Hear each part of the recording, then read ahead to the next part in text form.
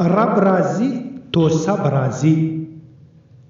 حضرت عبداللہ بن عباس رضی اللہ عنہما سے روایت ہے کہ رسول اللہ صلی اللہ علیہ وسلم نے ارشاد فرمایا، جو شخص لوگوں کی خوشنودی کے لیے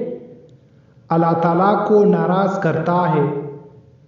تو اللہ تعالیٰ اس سے ناراض ہو جاتے ہیں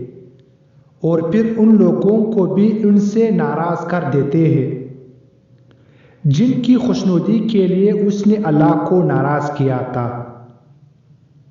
اور جو شخص اللہ تعالیٰ کو خوش کرنے کے لیے لوگوں کو ناراض کرتا ہے تو اللہ تعالیٰ اس سے راضی ہو جاتے ہیں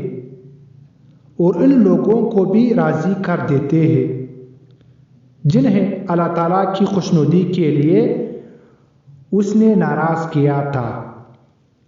یہاں تک کہ ان لوگوں کی نگاہ میں اس شخص کو اچھا کر دیتے ہیں اور اس کے قول و عمل کو ان لوگوں کی نگاہ میں مزین فرما دیتے ہیں۔ بحوالہ